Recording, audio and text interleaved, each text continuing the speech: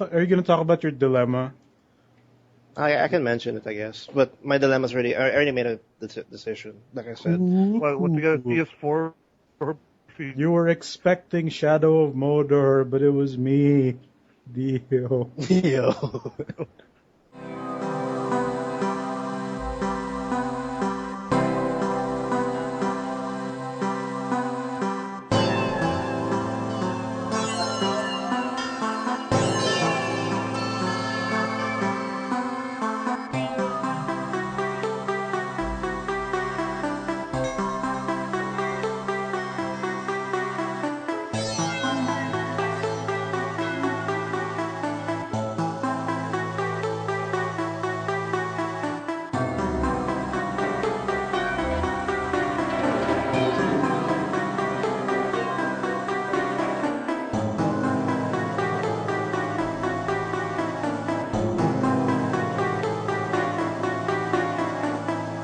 Hey everybody, this is the TMG Podcast. This is episode 52, and we are now in October, which is, how we say it, our little October Halloween. Not Halloween, more like it's Urban October. Legends month. And Halloween. I mean, Halloween's there too. Scurry month. Video game talk. Video game talk. Scurry like little rats on the street. This is Carlos, and with me is Will. Hello. And Miggy. Hey.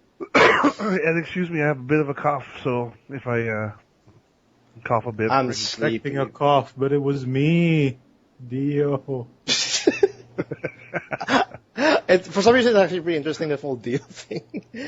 But anyway, there's a lot to talk about this week. Actually, no, I lied. There's not much to talk about. There's a lot to be excited for, though. Well, there is a few things that happened this week. We got some industry news. Got some, Angry Birds creeped out of nowhere again.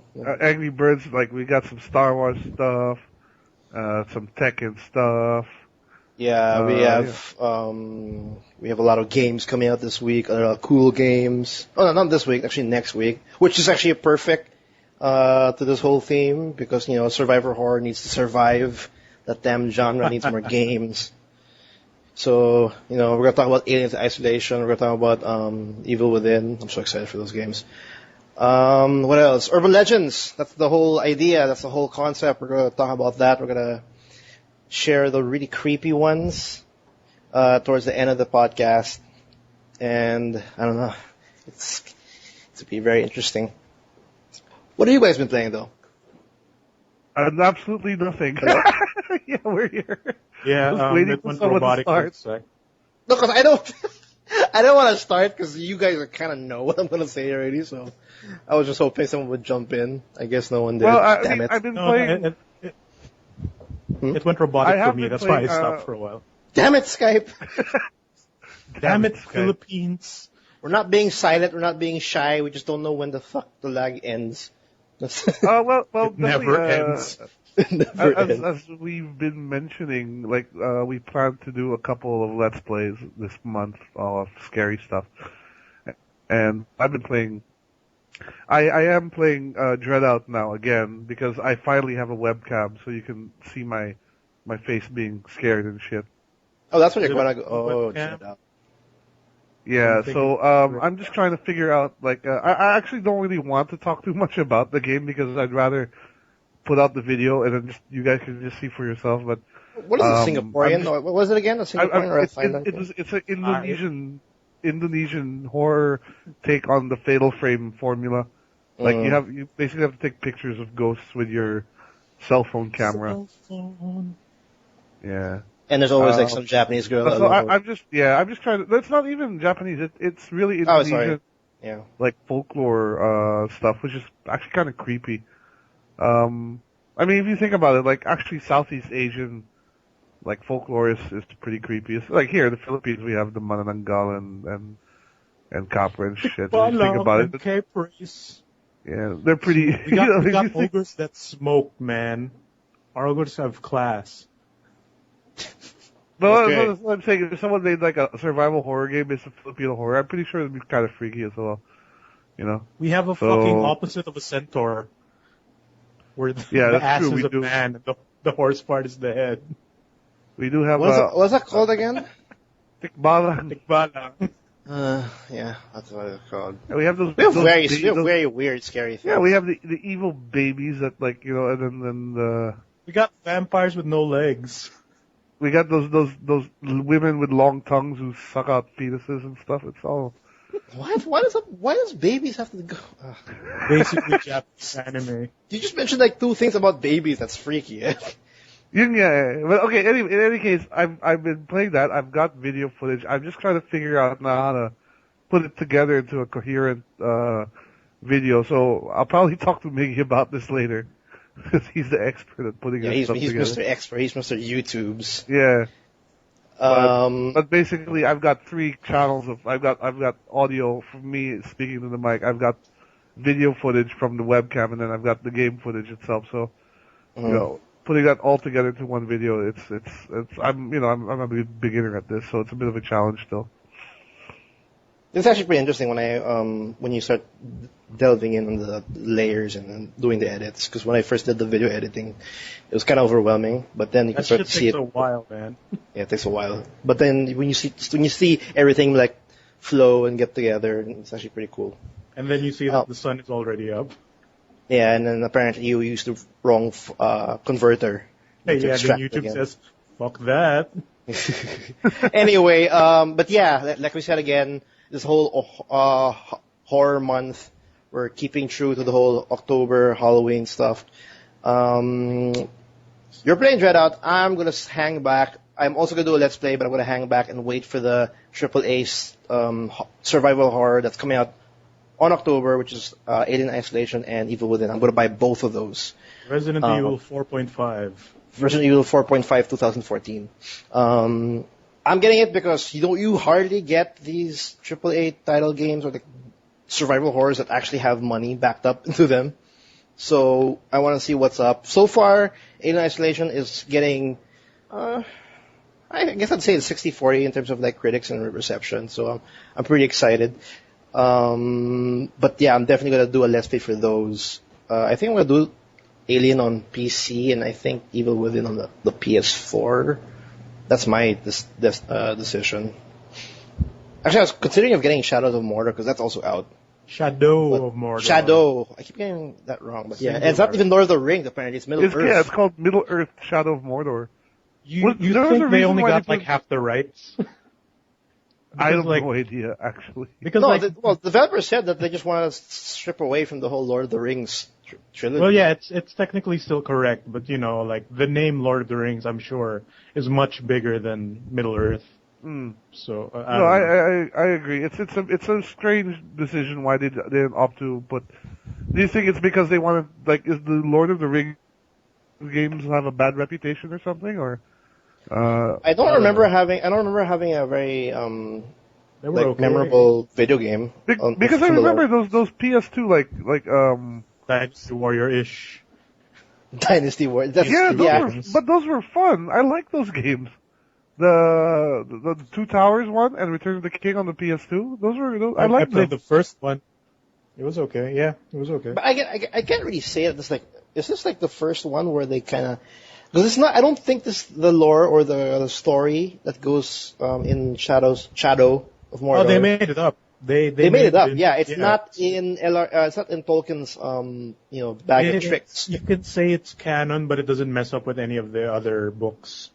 Yeah, So it's actually if the other like movie makers and even Tolkien, they can actually absorb this added new content story because it takes place in between the Hobbit. No, it takes place before, like way before the Hobbit. Way before the Hobbit? Really? Yeah, I thought it was like after Hobbit and before the Fellowship of the Ring. Or I don't know, maybe. Because Sauron's like doing his own thing already. Sauron's Like, doing his thing in the eye. Yeah, and then we have orcs roaming around. But I don't know, I'm not that much of a Lord of the Rings nut, so if I'm most likely will get corrected if I say more. But it's getting a lot of reviews, getting a lot of rave reviews. I'm just gonna hold back on it. I was very hopeful that it might come out nice. A lot of people are calling it now as a sleeper hit. But for me, just to stay true to the whole October month and the whole scary month, I'll just get Isolation. I'll get Evil Within, and it'll scare the hell out of me. Well, hopefully. What about you, Mix? Oh yeah, I finally beat Dark Souls 2, guys. Woo! Woo! Yeah. Did you get all the DLC done too as well? Oh shit! That was my dilemma. I wanted to get I'm that actually thinking of maybe getting the DLC first before I do New Game Plus. But if there's no that's a like good idea. differences in the like the items, maybe I'll just do New Game Plus first because Uh, money. New Game Plus, I know that you have access to more like specific items. Like you can only get these items in New Game Plus. Yeah, Just like getting it. the items in the boxes change, but I'm trying to look up to see if it's the same for the DLC, which I don't think it is, naman. So I think And I can just DLC pick up seems to it. be like a very like I think I'm not much of a DLC buyer, but when it comes to it seems like this one's like well worth it, especially that like even for a PC version, it's only $1,000 for 3 pieces of content. And I that's like heard that the last one is especially good. oh really? So yeah, Yeah, which came out recently too. yep. Did you get And the free weapons that came with each release? oh really? You know the mansion in Majula, the one with Okay. Kale the cartographer. Yeah. You know, have you been to the basement with the skeleton inside? No, of course, yeah. That's where you get Um, the respec or whatever. That black chest inside. Hmm.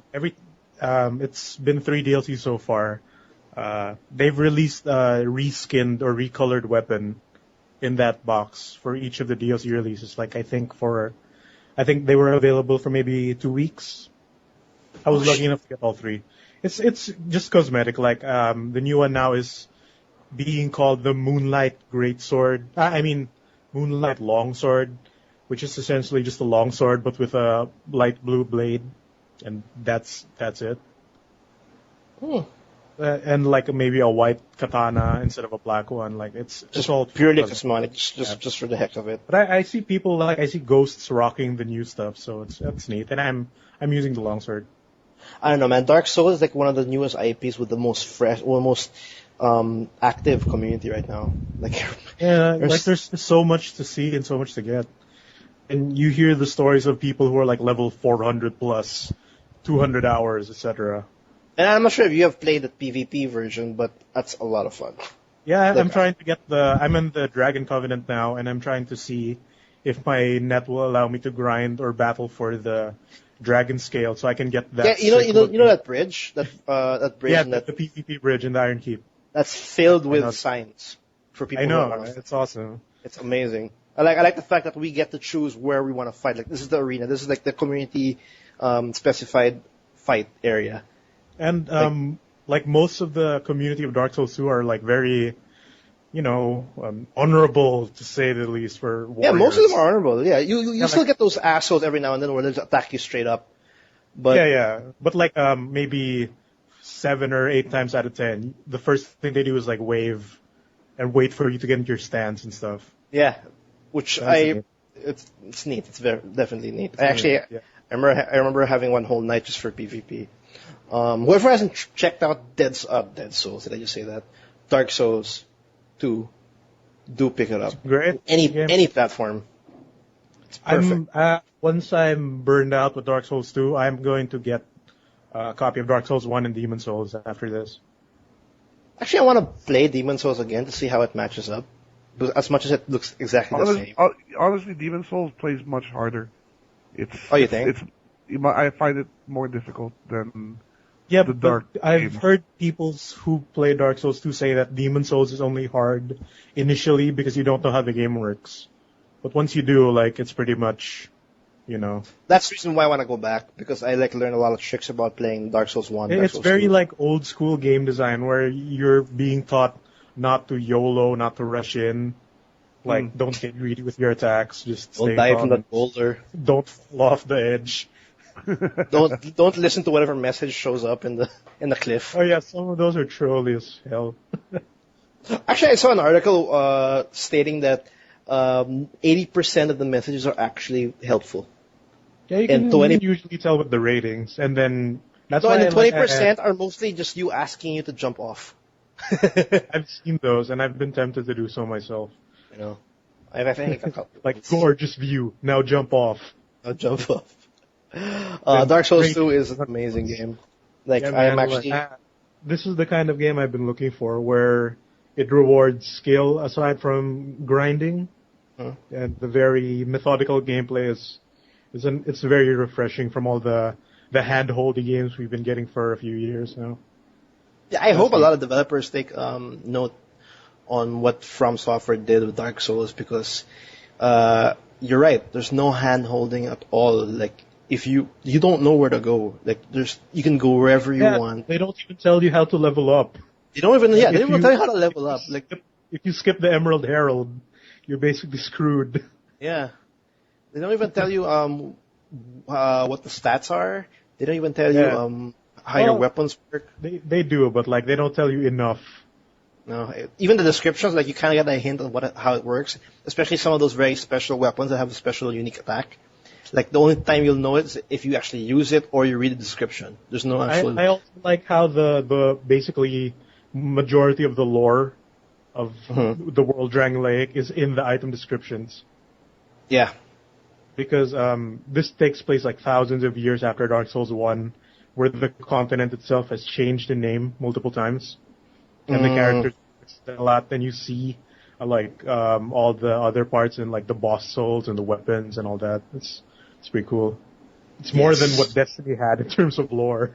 There's a lot of games that have. I can tell you about the Man on the Moon, but fuck it.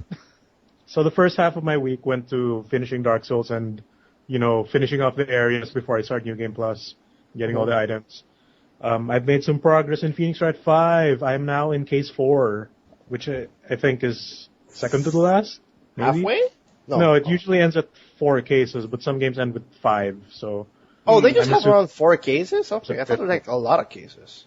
No. It's usually... But the one case can take several hours, that's the thing. Oh, okay. Yeah, because it's all dialogue, so it takes a while. Alright, so how's the was that the 5th case? Usually in most Phoenix Wright games, the 3rd case is the one that's forgettable for the most part. Like, the first one is a good intro, the second one has some deep story, the third one is just something else, then the 4th one connects to the second one. The first story usually. The first or second one, which is this what it's doing again. And yeah, I don't know, the 3rd case was okay. Like, it's not as bad as people... But, the 4th case references back to the first and second one, so I'm looking forward to that. And aside from Phoenix Wright, Smash Brothers came out. Yeah. Oh god, you bought it, right? Of course, man. I was the second one to pre-order it on the list in Data Blitz. Such a nerd. You just stare at the list? No, they showed it to me. Like, uy, ikaw pala yung pangalawa. Like, whoa, okay. Oh, wow. Special. Alright, so how's the game? I'm wearing like a big pambahay shirt and cargo shorts, and looks like I'm gonna buy suka in the sari-sari store. You're getting a video game. You're just getting a video game. Yeah, I'm just getting my video. I'm getting my tumbler. Compared to the demo that we all played, like, how does the full game feel? The game actually came with a patch already, version 1.0.2. And I don't know what it changed, aside from maybe that online banning glitch. No, it's from what I read, that patch is enabling you to play with the game online. That's the online patch. Without that, you can't play online technically. All right. That it? That seems kind of disappointing. Yeah, that's really it. That's really just what it is, I think. But go ahead. Aside from that, like comparing it to the demo, I think it controls a whole lot smoother. Like, it feels more responsive than the demo for, I don't know, maybe that's just me. And, having the option to change controls is very nice. Oh, you found the proper control scheme already for yourself? Because I remember you were complaining about that. No, I only switched up the block and grab buttons. Okay. And I got used to the default face button mapping, so... And there is an option to disable, how... In Smash Brothers, there are 2 jump buttons, but you can also press up to jump on the control stick. There's an option to disable pressing up on the stick to jump, which helps with the inputs now, I find. Okay. So yeah, that's cool. The single player stuff seems very bare bones compared to the other games. Like, there's no big single player, like, adventure mode where it's battle, gimmick, battle, etc. Like, remember before you had break the targets, you had like reach the goal, and then Yeah, Brawl yeah, had yeah. this, They were like mini games almost. yeah, mini games where you like run around, and Brawl had the Subspace Emissary story mode thing Yeah, I with like remember they had an open cutscenes and world, everything. yeah, cutscenes and open worlds and stuff. Yeah. None of that is here except for maybe in the Smash Run thing, which I haven't tried yet. Okay. Oh damn, Like you haven't tried that one. I was the kind of curious classic, about that one. the classic mode is just all combat, and even All Star mode, which is you essentially fight the whole cast on the way, is really short compared to the other games. In terms of AI, I think this is the best Smash Bros. AI Okay. because like they block a lot of your stuff and they don't fall for your cheesy like, oh, they're distracted, I'm gonna hit them with a smash attack. Like they'll turn around, block you, and then go back to whatever they're doing or dodge at the right moments, etc. But Is it they're like, does it seem like a proper block, or is it just like a cheat block where they just no, instantly? they really guard. Or like if the AI is using Link, he'll just turn around because his shield will block projectiles, like one hit of projectiles. Oh, okay. Like, or they like air dodge and stuff, or they roll, and then sometimes they punish you. So like the AI is good, but at the same time they're not nearly as aggressive as the older games. That's why I find them still very manageable. And I've tried the hardest difficulty in story mode, and it's tough. But I only really died at the final boss because he becomes like a giant 5-piece sword and other things. So, That's I don't the know. final It's boss. fine. It's not the hand anymore or something. Wait, no. Yeah, you fight the hands, both of them. Once you like deal enough damage, they die, and they fuse into like this evil core surrounded by darkness, and it changes into like a giant or a big scorpion, alligator, or like 5 floating swords, etc. And it eventually, like if you're in the highest difficulty, it'll change to all those forms, and finally a bigger version of you, your character. Oh, okay. Yeah, and you only have 2 lives. Damn And it. it does the thing that when you game over and continue, it will actually decrease the difficulty. So Oh, it's Nintendo being Nintendo. yeah, but they take away from your like total earned trophies, etc. So you can't just tough it out. You really have to like hope you make it to the end if you want to beat the final difficulty, which is probably a trophy for or something. I don't know. But that's neat. I've tried some of the new characters. They feel pretty cool. I've unlocked most of them now, except for I think Jigglypuff and Rob the Yeah, Robot. what have you unlocked already? What anything worth mentioning? I know I couldn't mention the new unlocked one because you were like Yeah, waiting for it. the actual unlockable characters I find are disappointing. Oh, And like the stage unlocks are I think only 5 stages or something, and they're really easy to unlock. Like imagine in Melee to unlock Mewtwo because you can unlock characters in either playing like the single player classic or all-star runs, or having enough like Smash versus fights, right? hmm So like Mewtwo, I think in Melee, you have to have at least 300 Smash fights before he challenges you, and then you unlock him. I think I looked at the list of how to unlock after I got a few of the characters, and I think the last one you get is Jigglypuff, and the requirements to get Jigglypuff is only 120 fights. It's still a lot of fight. It's still a lot of grinding. It's still a lot, but like nowhere That near goes as by faster than you instantaneous. think, though. Those fights. Like a fight is what, Yeah, like like 3 minutes? by default it's set to 2 minutes, and it counts even online matches, which is I tried for fun mode, and by default it's 2 minutes. All items, at least the rooms I've been, so it goes by really fast. No, I think this is the only fighting game that has like a very like they still keep true to the whole unlocking. Like you have to unlock this, you unlock that. Unlike other fighting games now, like it's just like flat up or all open. Or like Sure, there are characters you have to unlock, but like most of the cast is already there. Like if you compare the starting roster to any other Smash Bros. Game, it's huge. It's essentially like I think Melee had 30 characters. If you unlock everyone, okay, the base roster of Smash Bros. 4, I think exceeds that already. that is awesome though.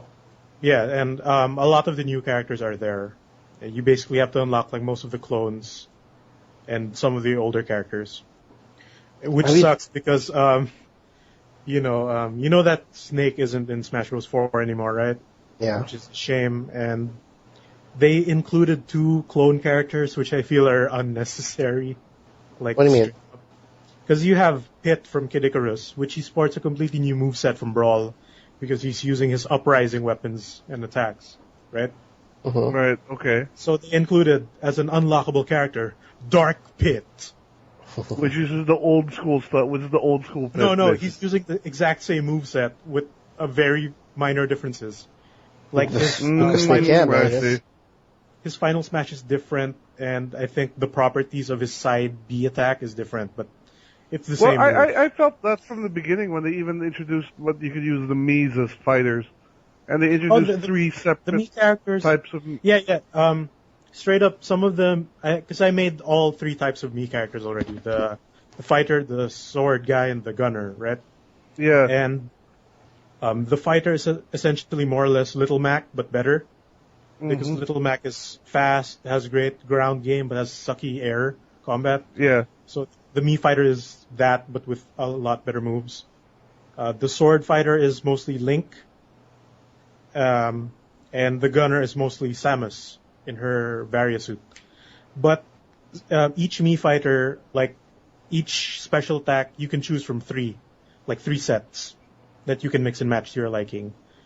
Some of them are straight up rip-offs from other characters. Like you can have Link's spin attack, you can have Samus's missile launcher and charge shot, but most of them are new moves, like generic dash up and slash a lot moves, but essentially new moves. And I think the Mii characters are actually really strong. It's like very familiar moves from other characters, but that's a little bit of a twist. Yeah, and Minor they play twist. very differently, Okay. which is nice. Are they unlocked on the bat? Like, I mean, they're just like right Yeah, there. you could make them straight up. You Okay. only have to unlock the cosmetic side, and maybe the power ups, which you don't even need because it's separate mode. Okay. So that's pretty neat. And you can only bring the Mii characters to fight with friends, and not just the regular fight with anyone online. Okay. So that's also something. I guess that proves that they are unbalanced. So. But it's Have you neat. tried the online? How's the online going with? Yeah, I with- played. Like I here said in the Philippines. it's actually pretty decent, man. Okay. The lag seems to be constant. Like I think it's half a second of button lag input, but like the whole game runs smooth. Like everyone is under the same amount of lag as you, and if the lag gets worse, the game actually chugs for everyone at the same time. Okay. But I've experienced some games where it straight up chugs and disconnects. But I think I've spent maybe 2 or 3 hours total playing online versus anyone in for fun mode with the items. It's pretty good. There's a lot of chumps online though. Like they don't know how to fight in lag. Like, It's always like that in any competitive game. Like if you don't know how to work with lag, then you are screwed. Like I just charge a big meaty smash attack and they run into it.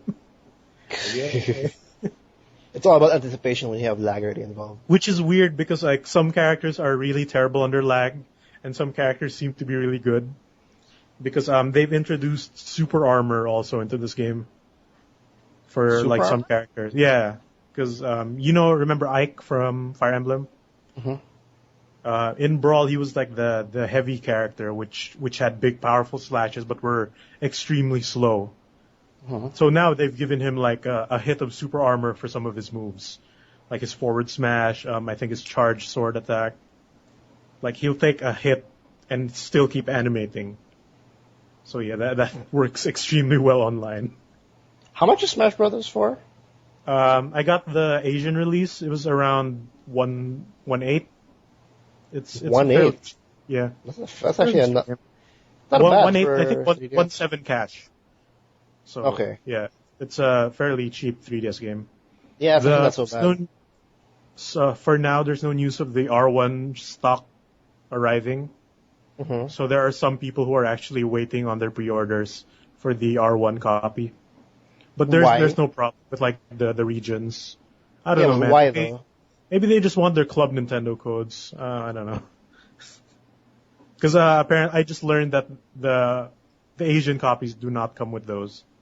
I don't know. Here in the Philippines, we love our vouchers, no matter how. No, I thought about maybe waiting for the R1 because I thought there would be region issues because the 3DS is region locked. Yeah. But like R1 and Southeast Asian R3 have no problem, apparently. So So it is possible for Nintendo. The eShop.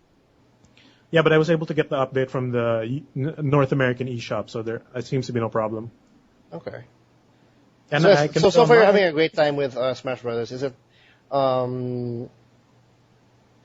you? Other players will have to, if they want to play at LAN, they have to get a copy of the game. Yes. Yeah. There's no game sharing. You have to have your own copy. Okay, because that would have been pretty. I was kind of hoping that they'd include that in the 3DS, because just like how Mario Party has that little game sharing thing on the 3DS version, where you can actually make another person who has a 3DS download the game. And you have like a number of stages to choose from, etc., etc. No, you can just pretty much you pretty much load the game into the 3DS, and you can pretty much play a Mario Party game. You don't have to own it. There were a few DS games and PSP games that did that before. Yeah. So I was kind of hoping that would do it. Yeah, game sharing instead. But that would be pretty cool if they included that. But that sounds pretty cool, though. Super Smash Bros. On the 3DS. It's really good. My only issue is the control stick on the 3DS. For misinputs, but that's everyone's problem because it's not a GameCube controller. It's not. It's not meant to be. It's really good. Like it runs at 60 frames on both 3D on and 3D off. It's really smooth, no hiccups whatsoever. It takes a while to load on the 3DS though when you initially boot it up and shut it down, which I guess shows how big it is. And it seems to initial, not during matches. How's the load? No, not during matches. The initial load and shutdown. Okay. And it seems to eat away at my battery really fast. Either that or I'm just playing longer than I think I am. But so Smash Bros. Is great. Looking forward to the Wii U one, even though I don't have a Wii U yet. Which is coming out, I think, what was the official date for that one? There's no official release yet, but it was rumored to come out in November. Nintendo is still saying holiday.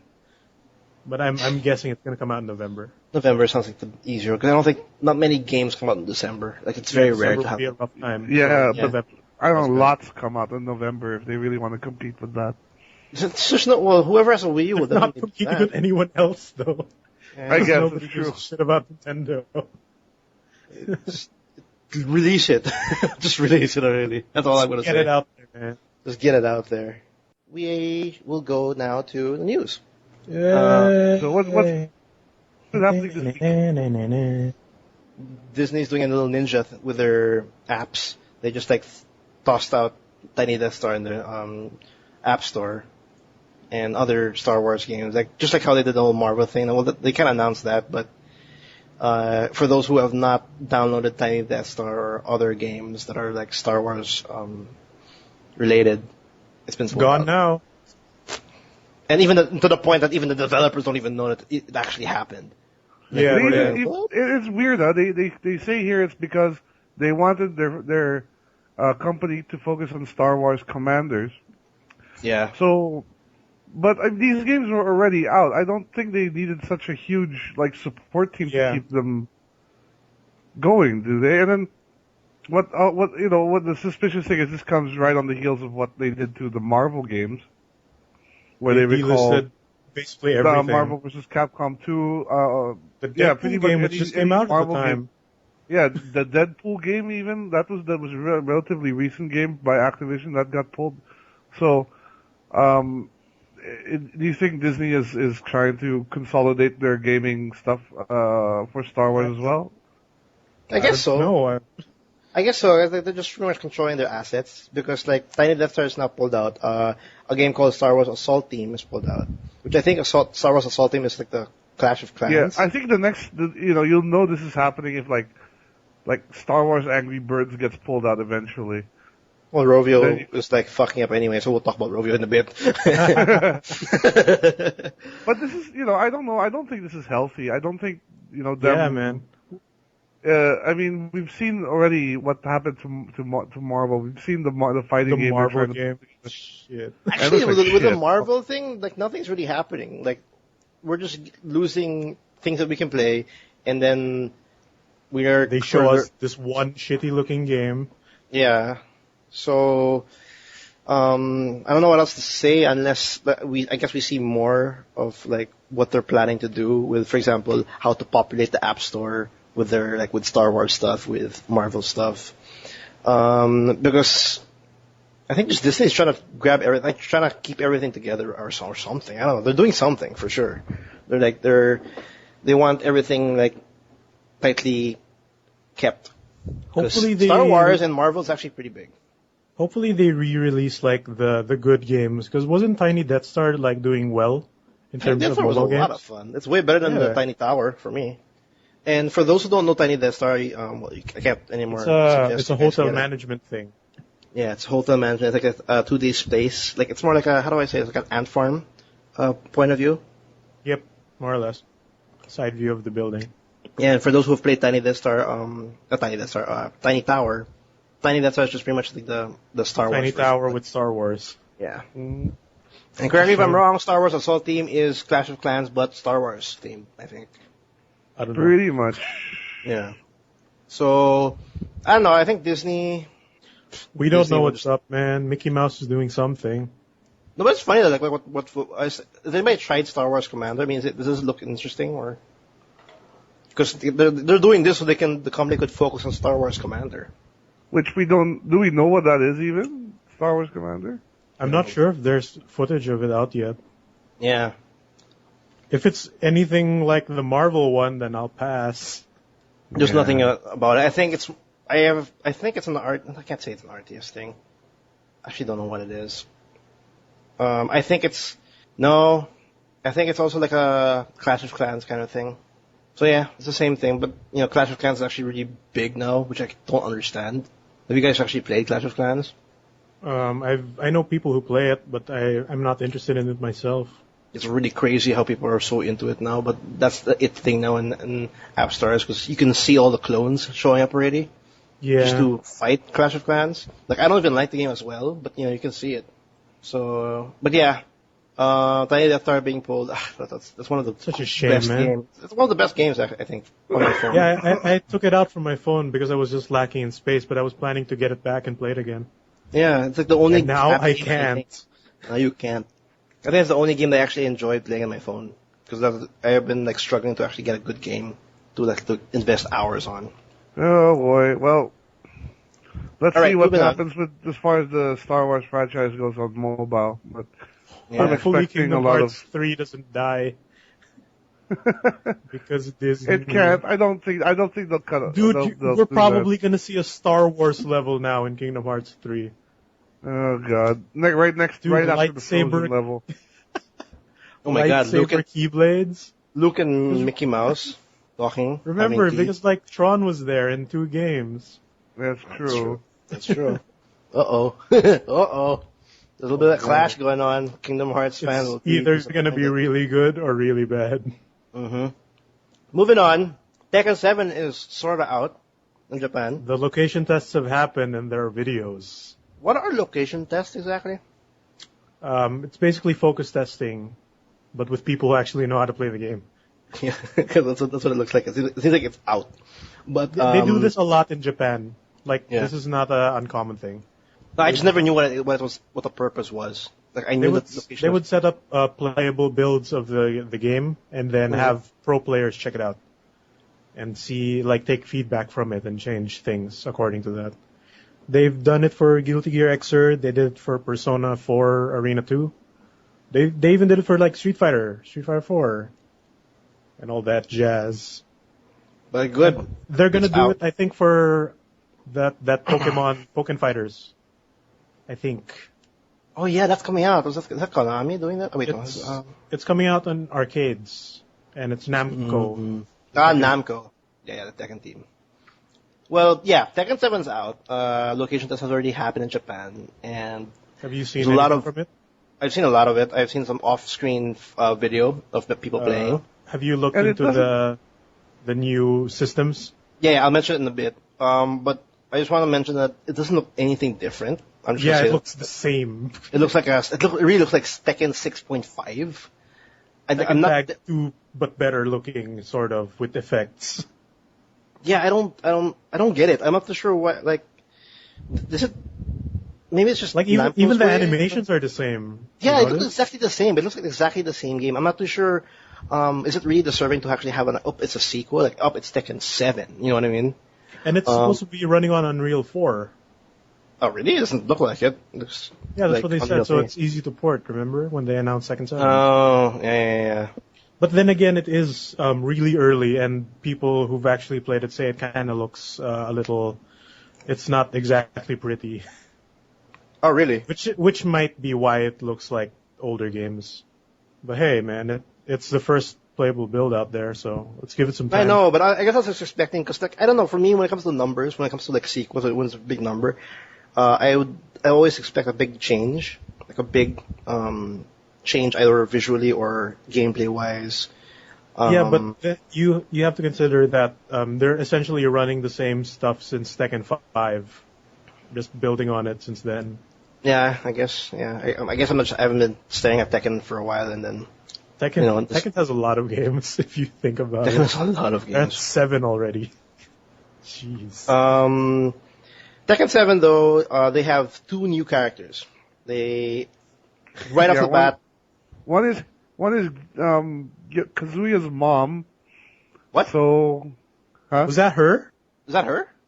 No, I don't okay. think that was her. The 2 new characters that I mentioned that was shown, like it's playable on the location test. It's Katarina. I'm not sure who she is. It's the girl, and a guy named Claudio. I don't know what kind of styles they have, but they're playable. Those are playable. Have you I seen mean, that those are picture available. of Kanye West and Kim Kardashian, where they look like they're wearing the same thing of Katarina and Claudio? No. I'll try to look for it. It's hilarious. Okay, but Like, yeah, it's there's actually 2 fun. new characters that's announced. I'm not too sure if they're gonna add more for Tekken 7, but in this location test, they pretty much confirmed that Alisa, Asuka, Brian, Dragunov, Feng, Hayachi, of course, he'll never die, Hwoarang, Kazuya, King, Lars, Leo, Law, Lily, Paul, Steve, and Xiao Yu. Yeah, those are the Yeah, characters that are a lot confirmed. of old characters are back. Yo. Yeah, Yes, and Lars. Lars is back. Yes. Katarina, I don't know how she plays. I haven't seen the actual footage of her playing. I don't think people want to touch her yet because they don't know what to do with her, especially as Claudio. I've seen some gameplay of Claudio, and they've been doing really basic combos so far. Yeah, this is learning it out. Yeah. Another cool feature that was added in Tekken 7 is called it's Rage Arts Rage and Arts. Power Crush. Now, For Rage those- Arts. Yeah, for basically it's the stuff from Tekken Revolution. Like if you remember the critical hits and the invincible moves, like the moves with invincibility frames that cause a hard knockdown. That's essentially the power crush. Like they even use the same attacks. Like King's shoulder tackle was the invincible move in Tekken Revolution. It's sort of the same, but they changed up the properties. Like it back in Tekken Revolution, like the move had significant invincibility frames, and it was hard to punish sometimes, depending on who you're using. So this is a rehash. Yeah, more or less. Because the further we delve into this in system-wise, you'll see the similarities. But in terms of Power Crush, it essentially works like super armor, where the attack will come out. You can still hit them, but they'll keep animating. But they will take like sub health damage, like focus attacks in Street Fighter 4, like white life that will heal over time. Oh, so it's kind of like a focus attack in some way. Yeah, but like A little bit of armor properties. Yeah, armor properties, and Okay. you can punish it with like low attacks, like that hits them out of it. And Rage Arts, I'm not too sure how you can trigger it, but It's yes. supers, man. Rage Arts Yeah, is it's super. It's when your life is super low, your bar will start flashing red, and you now have an ability to do a super technically of that character. And Yeah, super and just like have Street you Fighter. seen And all that. some of the supers? Most Not of them all. look like the ones from Street Fighter Cross Tekken, like Kazuya's, Lars, and then they probably took some inspiration from that. Capcom had a little bit of added input. I don't know, maybe, yeah. I'm guessing it's gonna input like Soul Calibur 5s, down forward, all 3 like punches, kicks, guards. Yeah, but I don't know. I don't know. Maybe I have to try it, like experience it myself, because I don't see the point of like rage arts, especially like because you know how Tekken combos can like really kill you in Half-Life, and if you don't miss it, you don't have the chance anymore. Actually, in terms of combos, they removed Bound, which was the key system in Tekken 6 and Tag 2 to extend combos. What is Bound exactly? Bound is when you're juggling them, and you do a move that has a bounce state, and it causes them to bounce off the floor one more time. So it's basically a floor bounce. Oh. Yeah, like the ones that would crack the floors, or how should I say this? Yeah, so they're it's keeping essentially that. Okay, so it's not anymore Half-Life gone, shit like that. In Tekken Tag 2, the really long combos tend to damage once you hit a wall. But since the bound mechanic was there, combos would become long enough for you to reach the wall, because it would extend the distance and all that. And they took that out in Tekken Revolution also. So that's why this game looks to be working off Tekken Revolution a lot. So it seems like they're using Tekken Revolution as a testing ground. Yeah, I mean, that seems like it. And most of the characters that are returning were in Tekken Revolution as well. And for those who don't know, Tekken Revolution is actually a free Tekken game. Free to play, yeah, on PS3, I think. Only. Yeah, it's a free to play Tekken game on the PS3, and I think how many characters do you have again? Like it's very limited characters. It started off with I think 8, but now there's just like so many characters now. Yeah, but there you go, Tekken 7. I don't know. I think I'm really out of the whole Tekken thing. I'm not too sure. I'm not really that excited about this anymore. Maybe because I'm more interested now about the 2D playing, like Mortal Kombat, Injustice, Street Fighter, like that kind of fighting game. I think it's just that you have to play a Tekken game again to really like get into it. Yeah, and don't get me wrong, because I kind of started as a Tekken player. Like that was actually my game before. Like I didn't play Street Fighter. I was like playing Tekken 2, Tekken 3, whatnot. And then I guess when 6 hit, I kind of quit already. That's when I started playing Street Fighter 4. This is essentially still running on what 6 made in terms of like juggle physics and movesets and everything. Yeah. Which I got into 6. That's why I'm really into this now. Because like I played all the older games, but 6 is the one I actually really learned because I played it on my PSP. Yeah. Tekken Tag for me, not so much. But yeah, Tekken 7. I'm not too sure there's no date for it or whatnot. There's still if they're early. doing location tests now, it's probably gonna come out a lot sooner than we think. Yeah, maybe because it's running already. Yeah, it's like actually playable. If they are building it off Tekken Revolution, it's probably gonna come out a lot sooner. Yeah. Because if for people who play Tekken 6 and Tag 2, if you thought that game wouldn't work without Bound, Tekken Revolution works really well. So yeah, because I thought that game wouldn't work without Bound, like Lars wouldn't work without Bound, but he's pretty okay, I find. So other characters seem to work fine, and there are videos coming out now of people comboing into rage arts. Oh, you can do that. Yeah, there's a dude who made one for King. So we'll see how this plays out. Okay, a little bit interesting. Okay, that's pretty cool. Anyway, moving on. Rovio keeps popping up with negative news. So Rovio is gonna have like pretty much layoffs. Yep. And the news is basically Rovio is laying off 16% of its total staff, which is about 130 heads. So that means they have about a staff of about 800 people. The reason they're doing that is because Angry Birds maker Rovio is laying off 16%, admitting that the company's headcount has swelled based on assumptions of faster growth than have materialized. So essentially, they have 800 people working on Angry Birds.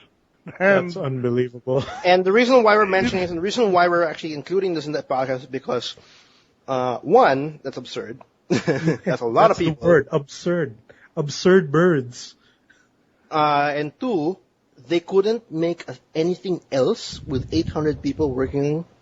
That's what surprises me the most. It takes like one Chinese guy in the basement to make a competent clone of Angry Birds. Okay, maybe 10 Chinese guys, but you know what I mean. Why Chinese? Why not 15? Filipinos. Oh yeah, No, okay. you could I don't mean to essentially be make it with racist, one but you guy know what I'm if he saying. had enough Or time. one Indian guy and one female, no, one female, Dude, one guy made Australian. Flappy Bird, diba? And Singaporean, yeah. then he made So I mean, that Copters game now. yeah, but Yeah. what the heck are 800 people doing? Like, Man, it's No, got the and best physics in any video game. no, and then take note that some AAA games only have around 200 to 300, no, well, 150 to I think 300 people working on a big budget game. For example, Assassin's Creed or like- Uncharted. For most developers, 30 is already a huge number. What? Well, of course, I guess. Okay, fine. Like No. 800 people of the whole company, like marketing, They got a lot of receptionists. or like a lot of receptionists, a lot of developers. Yeah, but so if we just All like the custodians. if we like say like I guess 30% of 800 are like developers, that's still 70%. What? I don't understand. I think that's the reason why like because Angry Birds is having a hard time with their cash flow right now, and then I don't know. I guess they're just super bloated. I'm not too sure. I really don't know. It's really weird. Like, what do you think, Will? I think the Angry Birds train is basically, it's coming to a stop, and It's screeching now. Yeah, I mean, It's come on. slow- it's dying slowly. What was the last Angry Birds thing they announced? Was Transformers Angry Birds? And it's I still mean, not out. It's still not out, and then I'm sure they're going to have other like weird Angry Birds kind of mishmashes. But at the end of the day, you can't rely on this sole IP. I think it's run its course, and they need to figure out something new. Something non-Angry Birds related. That's my thinking. They need a Disney princess. Which is they the tried to thinking. do with Angry Birds. They released Angry Birds Stella. Remember? Then they turned And her that's- into Princess Leia. Basically. They're trying. That's just weird. I don't know. That's just weird. Rovio, I think we announced it before. Like they're having problems with sales and all that. Now staff they're super bloated. Blah blah blah. All in all, my God, get it together. I guess because I don't know. Angry Birds is like one of those big app games that like one of the reasons why app games are like so big now. Angry Birds, Plants vs Zombies. What other games are there? Like those kinds of games. Like I hope I see these big companies, release different IPs that actually are in the same popularity. Like they can dish out Lightning that doesn't strike twice. well in apps, I guess. Because like in developers in consoles and PC, at least like eventually they'll get a new game which will like up the developers of this up. It's a cool game, blah blah blah. Like that. But these app developers, they're just like solely like the big ones. They're just really sticking on that one thing and they're like trying to suck the life out of it as much as they can. It's just weird. And I see your Kanye West and Yeah, Kim Kardashian. yeah. Claudio and Katerina.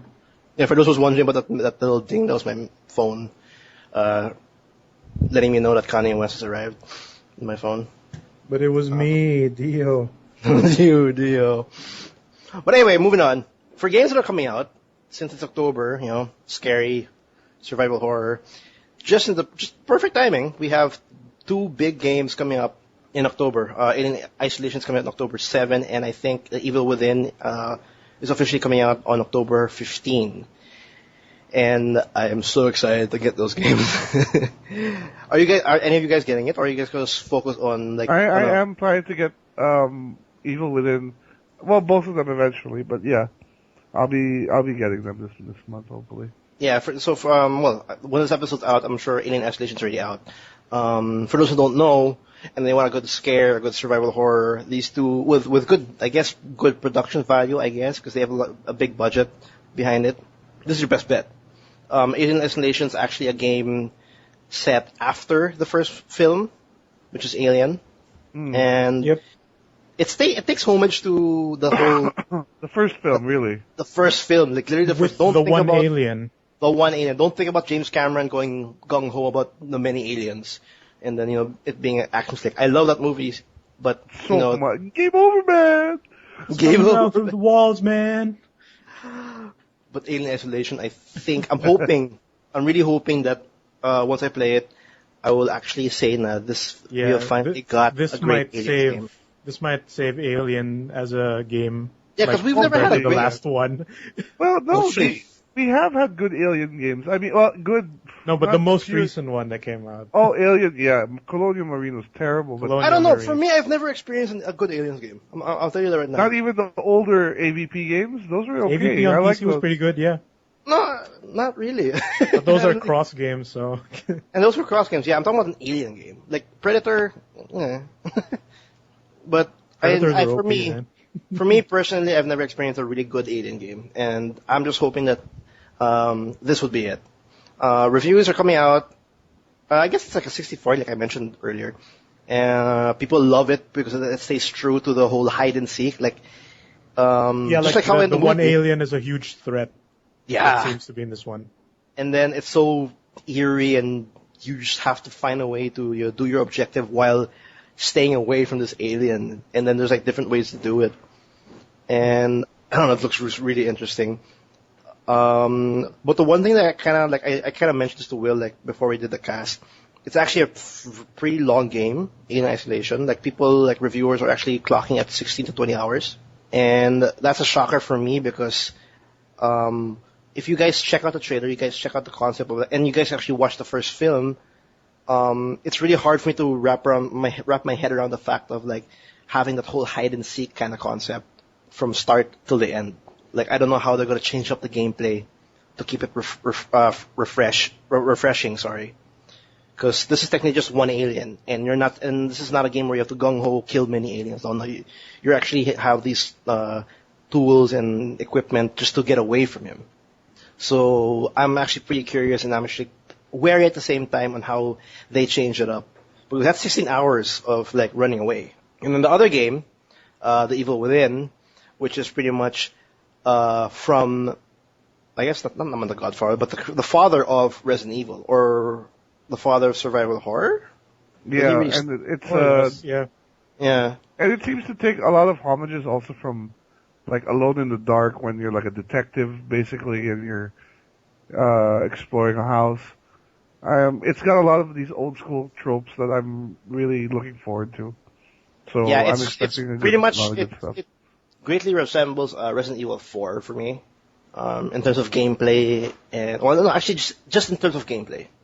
So whoever played Resident Evil 4, you guys will have a good sense of what you'll be getting at Evil Within.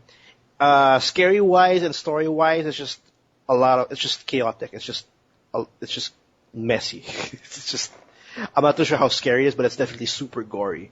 It's so disgusting that you've seen the monsters and the creatures there. Like they did not hold back at all in terms of art and design. And then Shinji, is it Shinji? Shinji Mikami. Shinji Mikami. He's not holding back in this one. And we know what happened to Resident Evil. We know how what its current state is. So this hopefully helps revitalize that kind of survival horror where you kill monsters third person view, and you still get kind of scared. So we'll see. There's apparently an upgrade system on that. Much like RE4 had. Yeah, but you actually go But into like I think I heard it gets even crazier now. Like the No, it gets gun upgrade. crazy though. I checked out the trailer, but you go into this electric chair and you strap yourself up, and then something happens, and that's how you upgrade yourself. You like shit a gun. Or I don't know, but it's All the electric pleasure. it's really weird, but I'm I'm actually pretty excited for I've it. heard good things. So yeah, like in terms of convention demos, people have said it's not as what they expect, but that's because the demos are not structured in a way to make you excited. Because like, oh, here's a room of bad guys and here's like all the guns, but like they say it controls really well, but they're not feeling the scariness of it yet. But from Yeah, I what don't we see from think- trailers, it seems that like it's gonna be a bit creepy, which hopefully it is. Most likely, I might get the creepiness out of the Alien Isolation, if ever. But yeah, that's coming out in October. And for those who want a good scare, this might be a good bet for you guys. Moving on, you want to go with our current theme? Yeah, Urban let's do it. Legends. Let's do it. I think we covered most of the major news anyways for the week, so... Yeah. For this week. We're gonna cut there's this short right now because I'm actually pretty excited to actually do this because there's a lot of great urban legend, video game urban legends, creepypasta, something really that will give you a little bit of goosebumps for October, and we're gonna mention a couple in this episode and in future episodes because there's actually a lot. There's actually a lot of good ones, and what me, Will, and Miggy did is we picked up one, and then we might continue on next week to tell you other creepypastas, and we'll go from there. So who wants to start?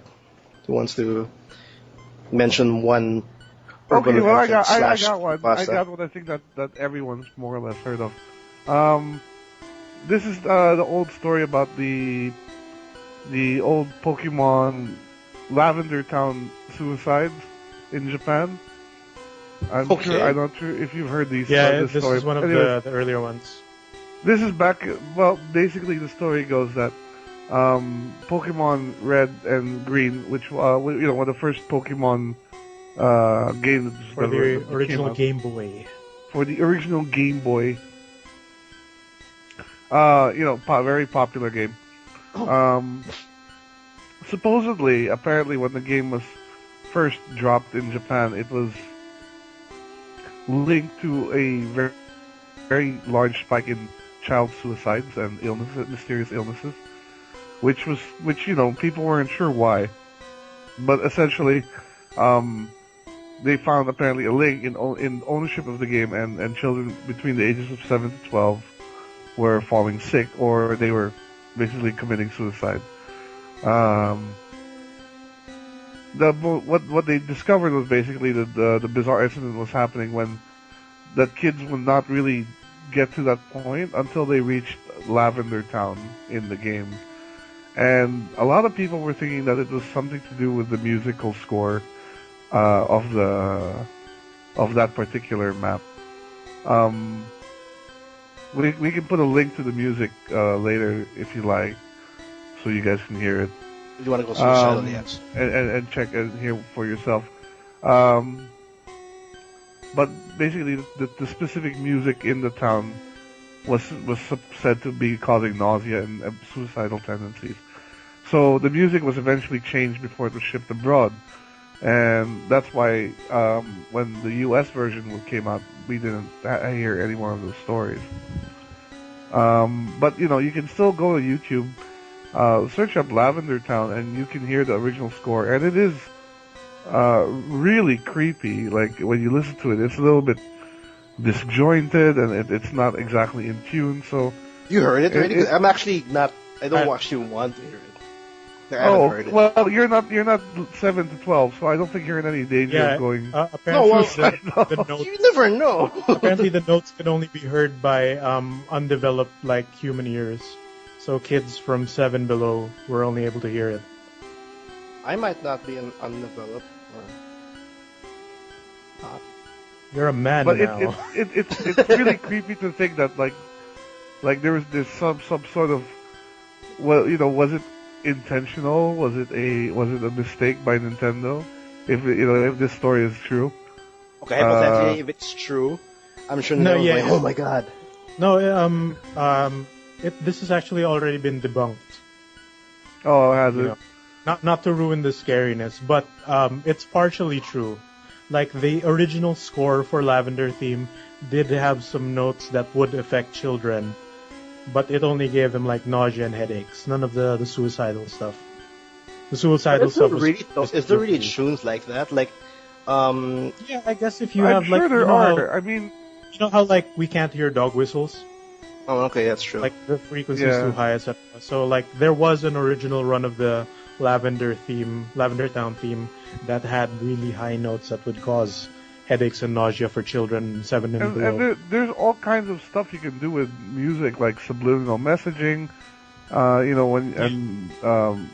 What do you call it when there's a message when you play the song in reverse?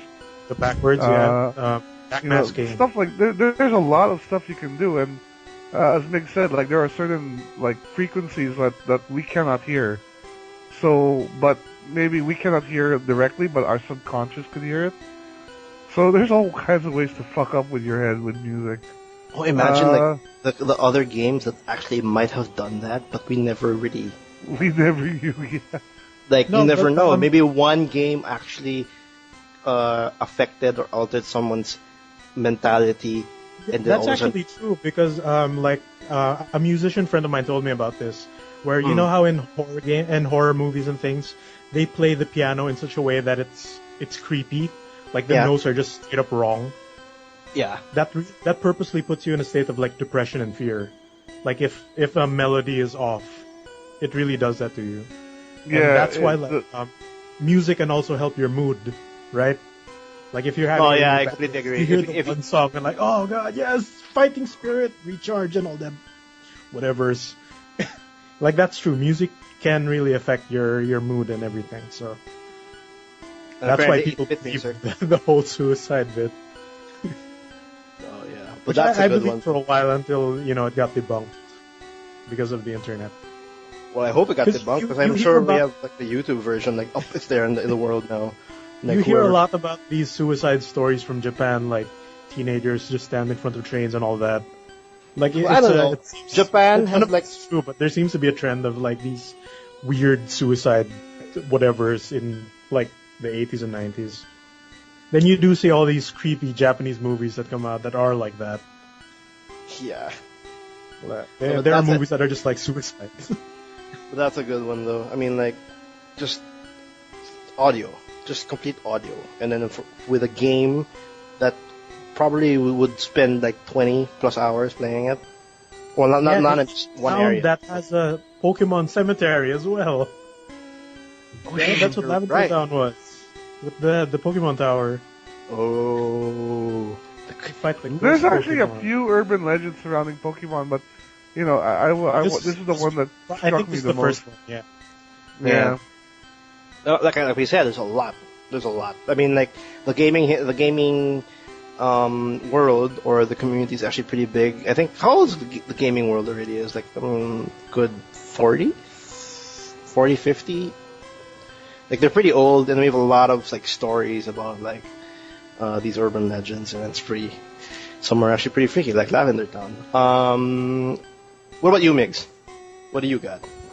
I've got something that may be not as well known as the Pokemon and the Haunted Cartridge stories, but I came across this from watching 4-player podcast streams in November.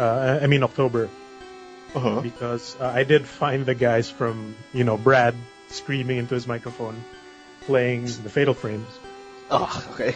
So I caught them playing and talking about a game called SCP-087, which I looked it up. There's a site called the SCP Foundation, which has a series of creepypasta stories posted on the internet, and like each of them have different lore, and parang they sort of tie it into real life, more or less, and they make it like the written story seems like a covered up government document where some like the names of the people and the monsters are blacked out intentionally, and like some missing info, etc. Like retracted It's or a good something. read.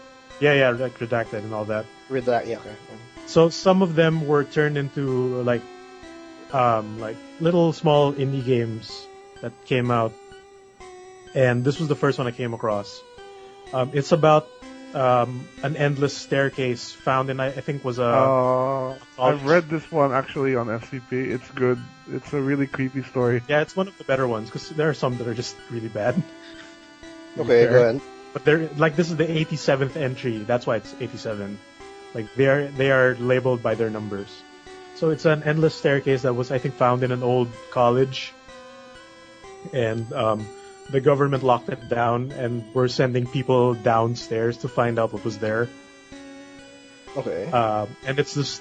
I think you follow the story as you follow the stories of two people who went down, and yeah. Long story short, they never made it back up because the story is they were being monitored by like a audio piece, like a microphone headset, that was being transmitted, like relayed to a control system outside of the staircase.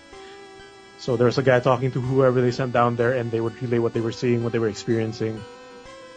And that's what they turned into a game. You control a person who's going down this endless staircase.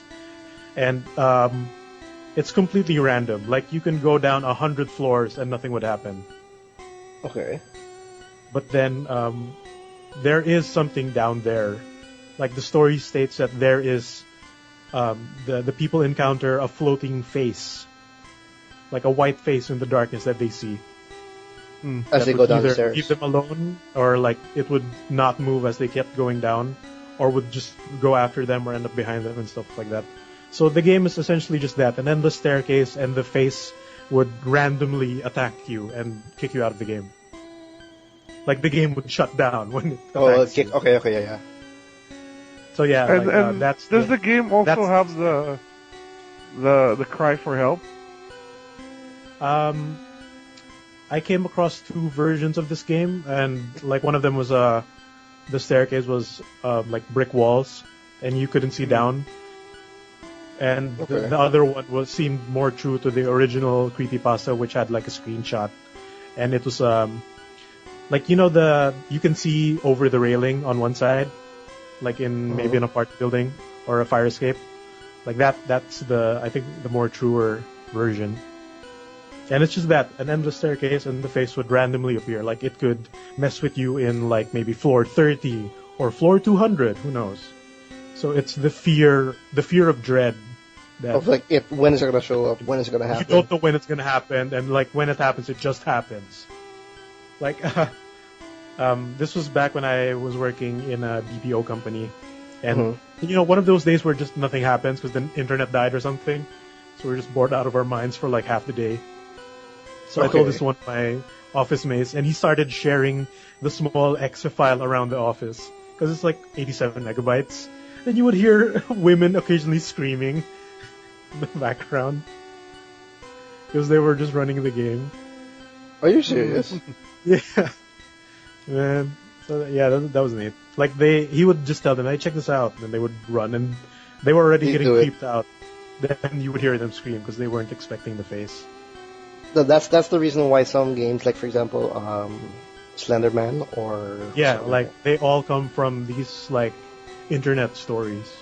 No, internet stories, and it's just like the reason why it's scary is because you are anticipating something. You don't know when it's gonna happen. Like that's the only time when it's really scary because your mind starts to wander. Yeah, like you're paranoid. Yeah, I get paranoid because that's. I remember when I was the best way to instill fear in these kinds of things. I know it's one of the amazing ways to really, screw the cheap jump scares. Make your mind wander. Make the player's mind wander. The player scare himself. Yeah, because that's really what's happening. Like for example, I was playing Slenderman for the first time. It's randomly as well.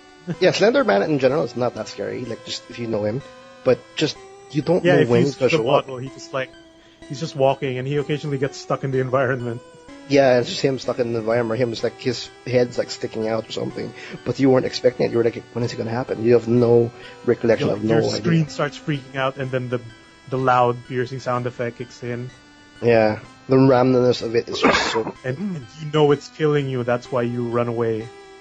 Mm-hmm. Yeah. I might play 8 pages recorded for this month. We'll see. The sequel one that came out on Steam. Well, Hey, I got the Arrival, actually and I good. have 8 pages. PT is also pretty good. Yeah, PT is good with the whole like you scare yourself. Like. Yeah, because like it's very random, especially like how to complete it, just to get the stupid Silent Hills trailer. Like it's very random, and that baby is just baby. It's not even a baby. I don't know what the hell it is. The baby talks to you. The baby starts crying endlessly. No, not endlessly. Anyway, for me, what I'm picking up for today for this episode, there's a game called Kill Switch, and what is Kill Switch? Kill Switch is actually a game that was developed by some Russian company. It's a Russian company, actually it's a Soviet gaming company called Karvina Corporation, I think in the 80s. And this is one of the rarest games you could ever find. Like, no one has comedy. When it came out, it only had limited copies. And that was like way back. And then at this day and age, not many people have it. And the reason why people are having a hard time having this game or having to be able to play this game is because when you actually play the game, and I think when you go game over, it erases itself. and it's you can't get a copy anymore. Recently, or not even recently, maybe a couple of years ago, a copy of the game called Kill Switch came up in eBay and was bought by some guy, some Japanese guy called Yamamoto Ryuichi, some guy for $700,000 because he was a collector. This is an arcade game, like a PC. It's a PC board? game. It's a PC game. Okay, I have heard about It's a file. It's a file. And so he just got the file. He got a copy, and he bought it for $700,000. And he's a collector. So he got a copy of the game. What the game is essentially, it's I think it's from based on what I think the footage is. There's rare footage of it. You can actually go to YouTube and check it out. But it's essentially like somewhat similar to Silent Hill, where it's a survival horror 2D platform. It's very it's 2-bit. It's like that's not 2-bit. Sorry, it's 8-bit or 16-bit. And when you start the game, you either can choose from two characters, the invisible young girl or the demon. Like I forgot what it's called, but you get to play as a demon. And it's pretty. People say it's really hard. It's actually hard to actually play the game, and once you actually finish it, like I said, it erases itself. So not many people know about it, but people are trying to find its way to get it. And this guy Ryuichi, he got the copy of the game, and because him being a collector, and him wanting to share the game to the world, he got it and wanted to play it through YouTube. But sadly, after I think a month or like 2 weeks after, no one was heard from. No one could even contact this person. Like he was planning to do this. He was planning to share it to YouTube. Died. Actually, he essentially didn't. Like people, he stopped contacting he actually online. stopped posting online and stuff like that. Yeah, he stopped posting online, but we don't know what exactly happened to him. Like I think at this point now, I think he's the only person right now that actually owns Kill Switch. And from what I understand, the last people that actually saw him was actually him in the computer screen, supposedly playing Kill Switch and just weeping in the screen. And that was the last thing we heard of him. We don't know what happened, but it all just happened once he purchased the game, once he played the game. And we don't know. We don't know why that happened. And we don't even know why it's so limited. I don't even know if anybody has even finished that game because of the whole idea of it just completely erasing itself. So, but yeah, that's Kill Switch. Wow, interesting. Yeah, I've heard about this type of story where a haunted PC game. So they don't know where the game is not anymore. It's lost, I guess. Or what's the deal? I don't know. That's why this was so rare, because he people are saying that he's the one who actually is the only one who has an actual copy of it already, known. And then this happened. That's the reason why the price was so high at $700,000, because of the whole idea of Kill Switch just erasing itself from its hard drive or from your hard drive. It's so hard to keep a copy, and it being limited in the first place. So right. I checked out some footage of Kill Switch. It's very simple. People claim that it's actually easier to play as the young invisible girl than the actual demon, because the demon's supposed to be an actual god. He's supposed to be a very powerful demon. And I don't know what the actual objective is, but it's supposed to be played somewhat similar to Silent Hill, where it's a survival horror, and it's really hard supposedly. And if one of you guys have it, play it, let us know. But I don't know. It's actually pretty interesting that something this rare is out there. So it's a real game. It's a real game.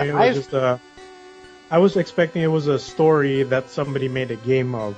I don't know. The SCP-08. I heard the story about this, and I saw some footages on YouTube, but I don't know how legit it is.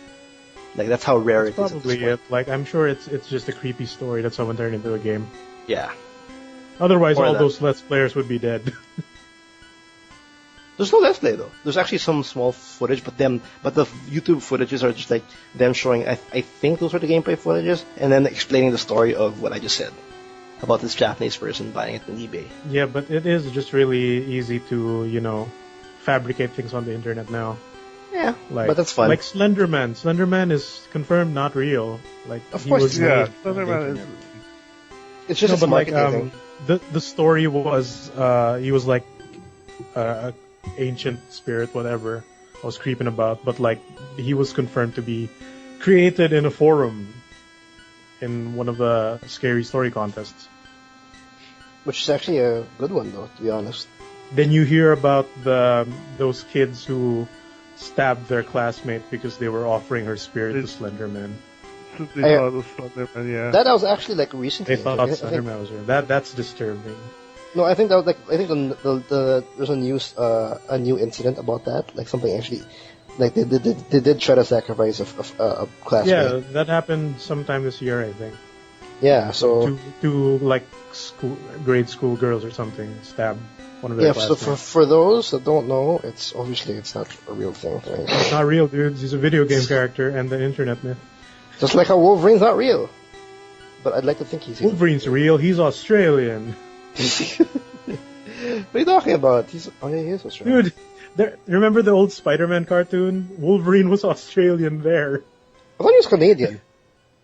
Yeah, but like in the old Spider-Man cartoon, he was Australian, which I guess told the future of Hugh Jackman playing him.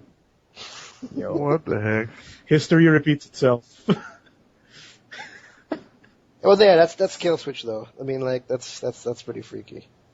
And Yeah, there's a lot of versions of those haunted games that delete themselves, but I'm guessing that's the first one that came out. yeah, I think the only thing I've actually experienced about those kinds of games is like again Slenderman, where when you fuck up, it just shuts you out of the game. Like, the PC. Yeah, it kicks you out or resets. Yeah, it just turns off the fucking executable file.